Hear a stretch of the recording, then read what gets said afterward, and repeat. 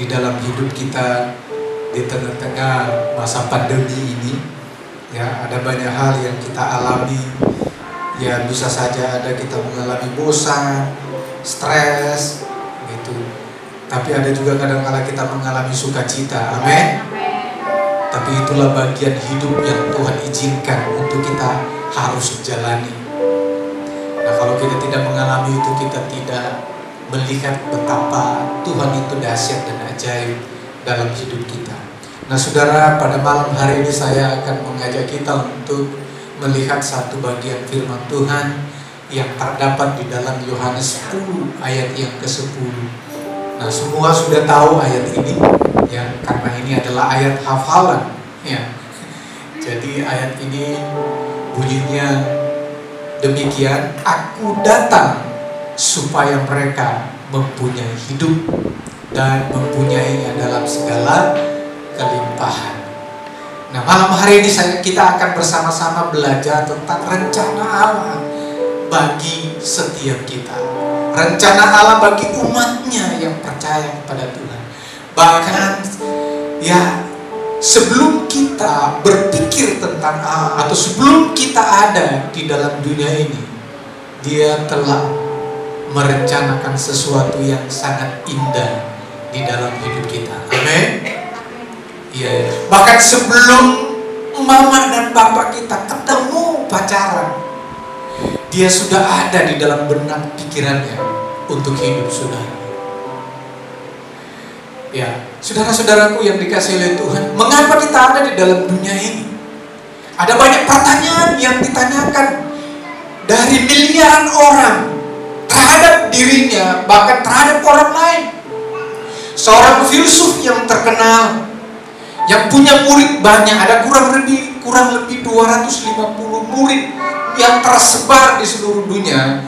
Dia menulis salah satu surat kepada semua murid yang semuanya adalah filsafat. Dia tulis begini, beritahu saya, ya, 250 filsafat, beritahu saya apalah arti hidup ini dan mengapa kita ada dalam dunia ini. Semua filsuf yang muridnya itu juga menyatakan kepada dia, kami juga menunggu jawaban seperti itu dari kamu. Nah, saudara, pertanyaan-pertanyaan itu juga tidak luput bagi orang yang percaya.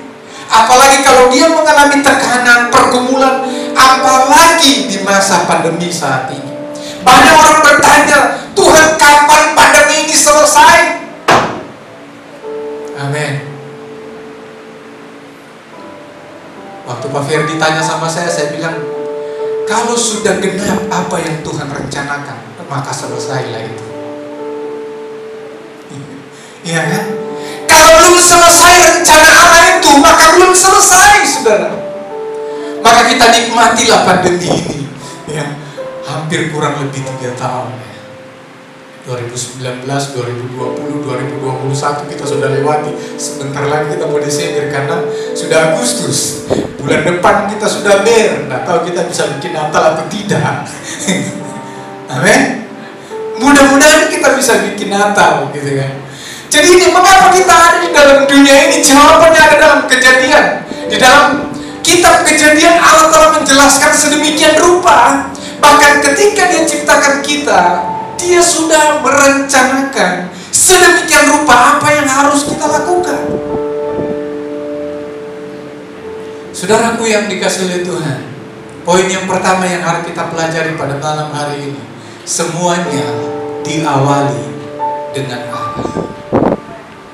Di dalam Kolose 1 ayat 16 kita bisa lihat di sana, saudaraku. Maka kita akan menemukan bahwa di dalam Kristuslah, maka kita menemukan jati diri kita. Tidak ada di tempat yang lain, saudara. Jika kita ingin tahu mengapa kita ditempatkan di planet ini, kita harus memulai dari titik yang benar. Siapa? Allah itu sendiri. Kita tidak bisa mulai dari diri kita sendiri. Kita tidak bisa mulai dengan dunia ini. Tapi kita mulai dengan titik yang benar, yaitu Allah itu sendiri. Karena Dia adalah kehidupan. Dia yang menciptakan semuanya. Jadi di dalam dunia ini tidak terjadi secara kebetulan. Jadi memusatkan perhatian pada diri sendiri tidak akan pernah meningkatkan tujuan hidup kita. Jadi kita harus mulai dengan titik yang benar, yaitu Allah. Jadi pencarian kehidupan kita selama ini tanpa dimulai dengan titik yang benar, maka semuanya adalah sia-sia. Itu juga yang disampaikan oleh Rick Warren. Dia bilang, Anda dicarikan oleh Allah dan untuk Allah, dan sebelum Anda memahaminya, kehidupan tidak pernah bisa dipahami. Saudara, banyak kita jumpai. Bahkan ada satu buku yang saya baca, Ketika Allah Terasa Jauh. Seorang gadis yang luar biasa berjuang hidupnya. Dia dianiaya oleh ayahnya pada masa kecil. Dia diperkosa oleh ayahnya pada masa kecil. Gak tanggung-tanggung mamanya waktu kecil dikasih nama Joy. Dia protes sama mamanya, "Mama, kenapa kasih nama saya Joy? Joy kan sukacita. Tapi kenapa saya mengalami kehidupan yang kelam seperti ini? Kehidupan yang menderita seperti ini?" Tapi umur 30 tahun dia mengalami kasih dan pengampunan dari Allah. Dan dia bilang, Allah tidak pernah gagal menghadirkan saya dalam dunia ini. Dan saya terima nama saya adalah Joy, sukacita. Dan dia menjadi hamba Tuhan sekarang ini dan menulis buku. Saudara, begitu banyak orang mengalami seperti itu, saudara. Dan kita tidak bisa memahami hal itu. Kalau kita baca di dalam Efesus pasal 1 ayat yang ke-11, kita menemukan hal itu. Bagaimana Allah menciptakan kita sedemikian luar biasa. Saudaraku yang dikasih oleh Tuhan, kita harus mulai dengan titik yang benar, yaitu Allah sendiri. Nggak ada cara lain, saudara. Untuk mengetahui rencana Allah dalam hidup kita, tidak ada cara lain.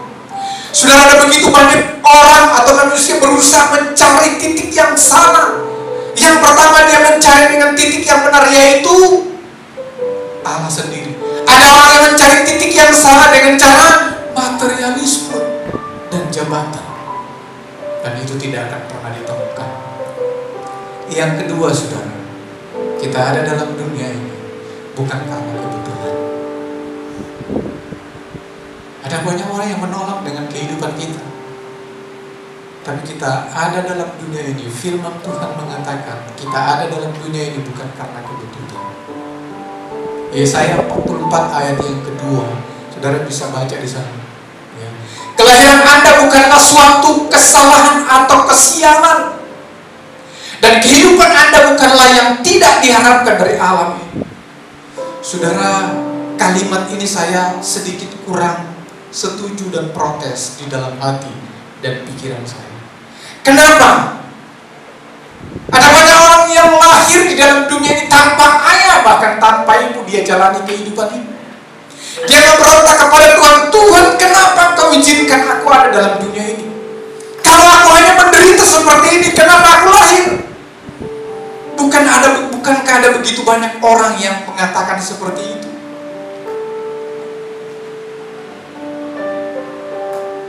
Saudara-saudaraku yang dikasihi oleh Tuhan, itulah yang dialami oleh sekian banyak orang. Dia memberontak dengan kehidupannya sendiri, saudara. Karena dia lahir tanpa dibutuhkan oleh orang. Saudara, pada minggu yang lalu kita mendengar bagaimana bayi dibuang di selokan, bayi dibuang di jurang, masih hidup. Dan saudara-saudara, ada begitu banyak pelaku-pelakunya adalah orang Kristen juga. Tapi saya mau beritahu, kalimat ini mengganggu pikiran saya. Tapi saudara tahu bahwa Allah, kalau di dalam Mazmur 138, 139, maka Allah merendah setiap manusia apapun dia lahir, bahwa dia ada dalam dunia ini bukan karena kebetulan. Itulah sebabnya ketika ada begitu banyak orang menemukan tentang rencana Allah dalam hidupnya, dia merasa bahwa Tuhan, Engkau luar biasa ketika aku ada dalam dunia ini. Walaupun prosesnya berbeda, walaupun proses dan saya lahir itu tidak diinginkan, tapi Allah mengizinkan kita ada dalam dunia ini. Saudara, ada begitu banyak orang yang berhasil dengan lahirnya tidak direstui oleh banyak orang, bahkan dari orang tuanya sendiri. Saudaraku yang dikasih oleh Tuhan, kita baca di rumah nanti ayat-ayat ini. Ya, Mazmur 139. Di situ kan ada satu kalimat bilang begini, kejadianku dahsyat dan ajaib, terlalu besar untuk saya pikirkan apa yang kau buat. Kedahsyatan kelahiran kita yang luar biasa. Oleh karena itu, jangan pernah kecewa apapun yang kau hadapi, alami dalam hidup kita. Ada rencana Allah yang luar biasa yang Tuhan akan lakukan dalam hidup kita. Jadi Alkitab mengatakan hal yang sama ribuan tahun sebelumnya. Dialah Allah yang membentuk bumi. Ia menciptakan bukan supaya kosong, tetapi Ia membentuknya untuk didiami. Saudaraku yang dikasih oleh Tuhan, kalau kita bertanyakan begini, pikir-pikir, kenapa ya Tuhan kok menciptakan bumi ini untuk manusia dia? Lebih sulit lagi untuk kita pahami. Kita ditempatkan di bumi ini, sebelumnya sudah ada iblis. Ya? Seakan-akan Allah mengadu kita dengan iblis yang sudah punya pengalaman ribuan tahun bersama-sama dengan Allah. Sebagai penyembah, dia dilemparkan di bumi ini ketika dia buat kesalahan. Seakan-akan, saya tidak tahu saudara berpikir seperti apa untuk hal itu. Yang ketiga, apa yang menggerakkan kehidupan kita saat-saat ini? Kalau kita baca di dalam Pengkhotbah ayat 4, pasal 4 ayat 4, ya, hidup kita itu digerakkan dengan sakit hati. Tapi ada banyak orang yang berhasil karena sakit hati, saudara. Manusia tanpa tujuan adalah ibarat sebuah kapal tanpa kemudi. Anda terlantar. Apalagi saudara, banyak orang digerakkan oleh rasa bersalah. Itu yang pertama. Kita adalah produk masa lalu, saudara. Saya produk masa lalu. Gitu. Hampir kurang lebih saya 20 tahun 30 tahun saya menyalahkan orang tua saya. Produk masa lalu. Sakit hati kurang lebih 30 tahun. Tapi saudara, rencana Allah yang luar biasa dalam hidup saya, baru saya menyadari bahwa Tuhan itu dahsyat dan ajaib. Tetapi kita tidak perlu menjadi tawanan masa lalu.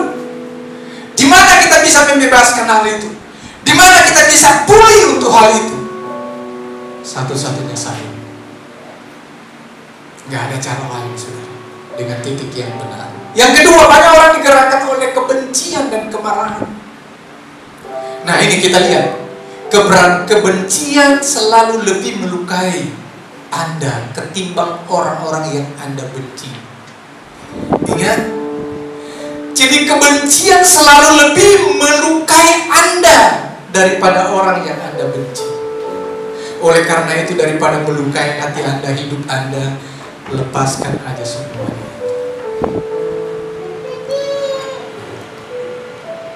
Kita hidup ini bebas, saudara, merdeka kalau kita melepaskan pengampunan, selesaikan semua. Itu bebas. Gitu. Kita merdeka. Kita kan sedang mempersiapkan kemerdekaan. Merdeka Indonesia maju dan kuat. Nah, sama halnya dengan kita merdeka, kita maju, kita kuat, kita bersukacita di dalam Tuhan. Yang berikut, banyak orang digerakkan oleh rasa takut. Ketakutan adalah penjara yang dibangun oleh diri sendiri, yang akan menghalangi Anda untuk menjadi apa yang Allah maksudkan bagi Anda. Ada banyak orang yang ketakutan. Akhir-akhir ini kita banyak mendengar bukan berita kabar baik, tapi berita kematian. Gitu. Di grup BKAG itu setiap minggu update COVID. Yang kena COVID 500 orang, yang meninggal 300 orang. Baru kemudian difoto lagi kuburan COVID yang salib semua di tepi yang sama, berjejer. Gitu. Kita sedang juga mengalami yang namanya rasa takut. Tapi orang di dalam Kristus, seperti Paulus katakan, mati adalah keuntungan dan hidup adalah untuk Kristus. Saudaraku yang dikasihi oleh Tuhan, luar biasa. Banyak orang digerakkan oleh materialisme. Nilai diri Anda tidak ditentukan oleh barang-barang berharga yang kita miliki. Oke, garis bawahi catatan ini. Allah berfirman bahwa hal-hal yang paling berharga dalam kehidupan bukanlah barang-barang berharga itu. Tapi apa, saudara? Ayo. Yang paling berharga ini, saudara, rasa aman yang sesungguhnya hanya bisa ditemukan di dalam apa yang tidak pernah diambil dari diri kita. Apa? Hubungan kita dengan Allah. Yesus pernah berkata kepada murid-muridnya, tidak ada seorang pun yang merebut saudara dari tangan Bapa. Itulah sebabnya ketika kita percaya Yesus, maka hubungan kita disebut adalah anak, bukan hamba dosa, bukan budak, saudara, tapi adalah anak. Dan tidak ada seorang pun yang merebut itu di tangan Bapa ketika kita percaya. Jadi nilai harga diri kita tidak ditentukan oleh apa yang kita miliki, tapi ditentukan oleh hubungan kita dengan Allah. Dan inilah yang luar biasa, saudara, di dalam kehidupan kekristenan. Dan tidak ada di tempat yang lain, hanya di dalam Kristus Yesus, Allah yang hidup, Bapa kita yang benar. Enggak ada di tempat yang lain, saudara. Hanya di dalam Kristus yang membuat kita menjadi anak-anak Allah. Kita adalah ahli waris kerajaan surga, saudara. Kita akan bersama-sama dengan Allah di dalam kekekalan. Kita akan bahas itu saja. Banyak orang digerakkan oleh kebutuhan akan pengakuan. Ada begitu banyak orang merasa tidak diakui dalam kehidupan keluarga, di dalam kehidupan bermasyarakat dimanapun dia berada.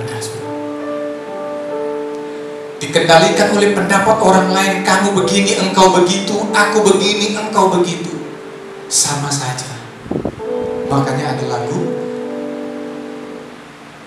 engkau begini, aku begitu, sama saja. Pulangkan saja aku pada roh ibuku. Iya kan? Ada lagunya begitu. Baru ada lagu yang terkenal dari Niki Ardila. Ingat lagunya? Bosan. Iya kan? Saudara, kalau kita hidup di dalam Tuhan tidak seperti itu. Saya suka lagu yang dinyanyikan tadi, bersyukurlah kepada. Tadi malam istri saya putar-putar lagu itu. Jangan-jangan besok hari Minggu lagu ini juga kayaknya. Ataukah istri saya dengar lagu itu waktu latihan atau tidak, saya juga nggak tahu. Tapi lagu itu saya suka, jadi saya lagi baca-baca dengar lagu ini ya, jadi mau joget juga saya. Nah, saudara-saudaraku yang dikasihi oleh Tuhan, dikendalikan oleh pendapat orang lain adalah cara yang pasti untuk kehilangan tujuan-tujuan Allah dalam hidup kita. Kita harus hidup seperti apa yang firman katakan, tanpa satu tujuan. Kehidupan bagaikan kerakan tanpa makna. Tanpa satu tujuan, kehidupan adalah kegiatan tanpa arah. Tanpa satu tujuan, peristiwa tanpa alasan. Tanpa satu tujuan, kehidupan tanpa tujuan. Kehidupan tidak berarti. Satu kali saya naik motor, saudara, mau pergi pelayanan. Karena kami sudah terbiasa, saya sudah terbiasa. Atau awal saya mengambil keputusan untuk melayani di dalam training. Pelatih saya bilang begini, saya ditempatkan melayani pertama kali itu di kampus UI. Dia bilang begini, kau jangan pulang ya kalau nggak ada orang yang diinjil. Nah, bayangin, saya diancam gak boleh pulang kalau nggak ada yang diinjil. Nggak ada orang yang kamu beritakan Injil, jangan pulang di asrama. Ma, jam 9 malam saya pulang. Karena seakan-akan saya sudah memberitakan Injil. Dan memang begitu, saudara. dari Selasa sampai Jumat, tiap hari saya harus ke kampus kuliah, naik kereta api. Sampai satu saat terjebak dalam peristiwa tahun 988, kena gas air mata juga. Saudaraku yang dikasih oleh Tuhan, saya naik motor, baru kemudian saya mau kemana ya? Saya balik lagi ke rumah. Sudah di tengah jalan saya balik ke rumah, baru kemudian saya lihat agenda. Oh iya, saya belum tulis agenda, tujuan saya hari ini kemana. Nggak ada arah saudara kalau kita tanpa tujuan. Hidup ini tanpa tujuan nggak ada arah saudara. Maka harus tetapkanlah tujuan di dalam kehidupan kita, supaya hidup ini bermakna saudara. Kalau hanya biasa-biasa saja, sama dengan lagu itu kan, mulanya biasa saja. Saya lagu-lagu biasa, enggak, jadi bukan itu, enggak. Tapi hidup kita kalau bersama dengan Allah, maka itu bermakna saudara. Yang keempat, diciptakan untuk kekal. Ya. Di dalam 2 Korintus 5 ayat 1 saudara bisa baca di sana. Tentu Allah tidak menciptakan makhluk seperti saya dan saudara hanya untuk hidup sehari. Tidak. Manusia diciptakan untuk kekekalan. Itu Abraham Lincoln. Kenal ya? Ini sahabat saya juga. Dalam mimpi. Dia bilang bahwa kita tidak hidup sehari saudara. Kita akan hidup di dalam kekekalan. Kita diciptakan di dalam kekekalan. Kita hidup di dalam dunia ini paling tidak 80 tahun, 100 tahun. Nah, di kampung saya ada sudah guru saya waktu SD genap 86 tahun. Memang dia umur panjang sekarang ini di kampung saya, karena memang saya tahu dia, guru saya ini gak pernah merokok dan gak minum keras. Seangkatan dia sudah lewat semua, termasuk bapak saya sudah lewat. Ya. Saudaraku yang dikasih oleh Tuhan, kehidupan ini adalah persiapan untuk menghadapi kehidupan berikutnya. Ketika Anda hidup dengan mempertimbangkan kekekalan, nilai-nilai Anda itu berubah. Ya. Jadi saudara yakinlah bahwa kita hidup di dalam kekekalan. Baru kemudian yang kelima, memandang kehidupan dari sudut pandang Allah. Jadi saudaraku yang dikasih oleh Tuhan, kita harus memandang hidup ini dari rencana Allah yang agung, bukan dari rencana yang tidak pasti. Gitu. Alkitab memberikan kita 3 metafora, ya, 3 metafora yang mengajarkan kepada kita pandangan Allah tentang kehidupan ini. Yang pertama, kehidupan adalah sebuah ujian. Kita sedang berperang dengan pribadi yang ditempatkan lebih dulu di dalam dunia ini. Tapi Tuhan bilang kalahkan dia dengan kebenaran firman Tuhan. Di dalam Wahyu 12 ayat yang ke-10, maka saudara akan temukan di sana, untuk menang dengan kuasa iblis, ya, hanya melalui Yesus, hanya melalui kematian Yesus di atas kayu salib. Yang kedua, kita harus menjadi orang-orang yang terlibat dalam memberitakan Injil. Dan yang ketiga, kita menyerahkan hidup kita sepenuhnya kepada Allah. Kehidupan adalah sebuah kepercayaan. Dan ketiga, kehidupan adalah sebuah penugasan sementara. Itu 3 metafora yang Alkitab katakan. Nah saudara yang keenam, bagian yang terakhir, masih ada satu lagi.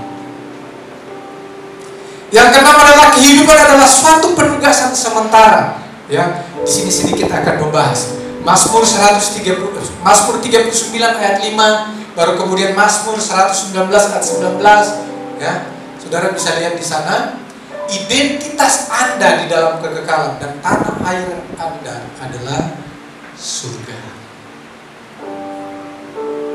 Iya kan? Iya kan? Identitas kita ada identitas. Nomor induknya ada, sama Tuhan itu ada di dalam kitab kehidupan. Saya dan saudara itu tercatat di dalam kitab kehidupan. So lihat catatan Allah dalam kehidupan kita, ada dalam kitab kehidupan. Jangan Jangan ragu. Bumi bukanlah rumah terakhir kita. Kita diciptakan untuk sesuatu yang jauh lebih baik, yaitu surga kan, yang terakhir. Alasan untuk segala sesuatu. Itulah alasan kenapa kita ada dalam dunia ini. Rencana Allah yang agung. Roma 11 ayat 38, 36 saudara bisa lihat di sana. Tujuan utama alam semesta adalah menunjukkan kemuliaan Allah. Alasan kenapa kita ada dalam dunia ini, alasan kenapa alam semesta ada dalam dunia ini, atau alam semesta ini ada, adalah untuk kemuliaannya, bukan untuk yang lain. Itulah alasan bagi segala sesuatu yang ada, termasuk saya dan saudara. Allah menjadikan segala sesuatu bagi kemuliaannya. Kalau kita bertanya tadi di awal, kenapa sih kok saya ada dalam dunia ini? Ada banyak orang yang bergumul dan bilang, Tuhan, pinginnya cepat-cepat pulang kepadamu. Udah gak tahan lagi. Kan saya sudah bilang, belum selesai rencana Tuhan bagi hidup kita. Kalau sudah selesai, maka bersukacitalah untuk dipanggil oleh Tuhan. Saya juga pernah bilang begini, Tuhan, kapan ya diambil? Tapi tugas saya belum selesai. Kemarin saya training penginjilan untuk anak-anak mahasiswa. Ada 42 orang, targetnya 60 tapi belum datang dari kampung karena masih pandemi.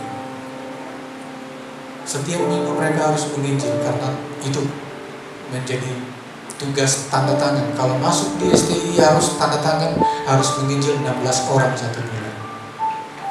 Dan harus baptis 15 orang setelah dia selesai kuliah. Itu tanda tangannya.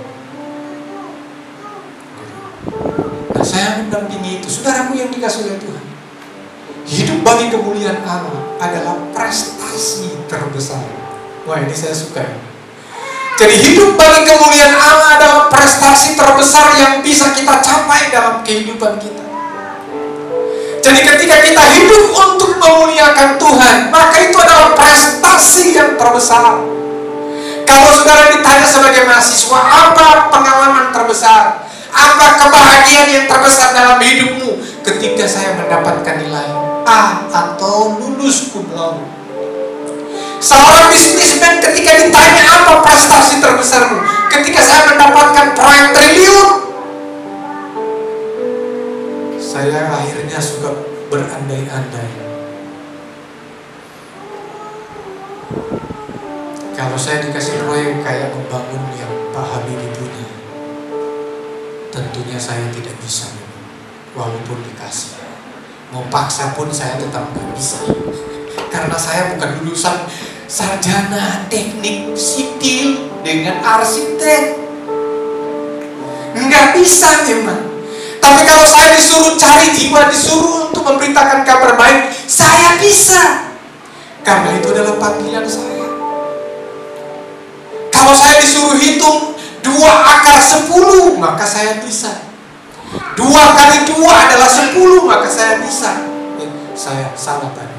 2 kali 2 adalah 4. Nah saudara, hidup bagi kemuliaan Allah adalah prestasi yang terbesar dalam hidup kita. Apa kemuliaan Allah yang bisa kita lakukan? Bagaimana kita mendatangkan kemuliaan Allah? Yang pertama, dengan menyembahnya. Saudara, saya mengutip salah seorang bilang begini, teolog bilang begini, penyembahan itu tidak bergantung kepada sound system. Penyembahan itu tidak bergantung kepada alat musik yang miliaran harganya.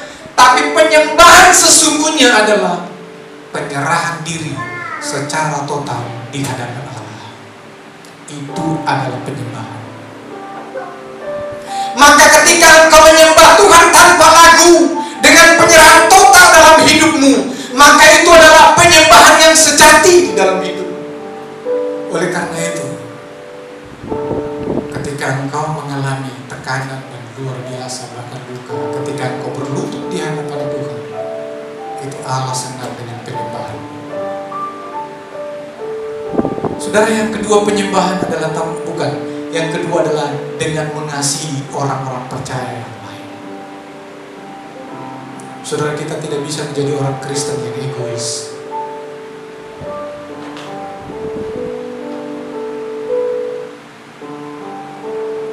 orang Kristen, orang-orang percaya yang lain membutuhkan pertolongan kita. Saya bersyukur ketika kita bersama-sama dengan tim ada berkat. Makanya kami dengan Pak Firdi, saya kasih tahu sama Pak Firdi, yayasan yang dibuat adalah namanya Kasih Berkat. Jadi kalau berkat datang kita kasih, itu namanya kasih berkat. Berkat kasih. Nah, tinggal dibolak-balik lah seperti itu. Kenapa? Karena hidup ini berarti ketika kita mengasihi orang-orang percaya yang lain. Begitu. Bernilai bagi orang lain. Yang itulah penyembahan.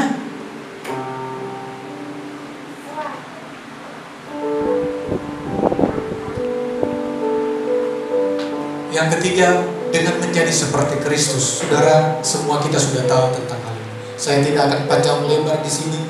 Penyembahan yang sesungguhnya, kita menjadi serupa dengan Kristus. Yang berikut, dengan cara melayani orang lain dengan karunia-karunia kita. Apa karunia kita? Kasih air putih, lakukanlah. Kan Tuhan tidak lihat berapa besar engkau melakukan hal itu. Air putih aja kan itu sudah memberkati orang lain. Karunia-karunia apa yang Tuhan berikan? Kalau saudara dikasih karunia untuk punya waktu banyak untuk berdoa untuk banyak orang. Ada strategi pribadimu, taruh di situ. 1, 2, 3, 4, 5 sampai 10 orang untuk kau doakan tiap-tiap bulan. Begitu, saudara. Yang berikut, dengan memberitakan kepada orang lain tentang Kristus. Kemarin di hari yang ketiga trainingnya adalah outreach, ya, digital outreach. Bagaimana menjangkau orang dengan digital. Jadi semua harus siapkan 10 nama sampai dengan 20 nama. Kirimkan film pendek, film plates, pecah, dikirimlah semua. Anak-anak yang ikut kirim, kasih tanggapan film ini. Menurut kamu film ini seperti apa? Karena film itu menceritakan tentang dosa, tentang depresi, tentang stres, dan jalan keluar dan keselamatan dan pengampunan. Baru ada yang jawab bilang begini, aku ngantuk kak. Belum sempat nonton tapi aku ngantuk. Saya bilang jam 10 begini ngantuk ya. Tapi itulah mengajarkan kepada kita untuk memberitakan kepada orang lain tentang Kristus. Saudara, satu kali ada survei di Amerika kepada jemaat yang 1000 orang, kepada pendeta yang 6 orang. 1 tahun mereka beritakan Injil hanya 1 orang. Jadi 1 tahun gereja yang jemaatnya 1000 dengan 6 pendeta menghasilkan pemberitaan kabar baik hanya 1 orang. Gimana dengan kekristenan kita? Maka jangan heran Amerika dan Eropa banyak yang jadi ateis. Saya berharap dan berdoa kita semua di sini tidak menjadi ateis praktis. Iya, ini serius.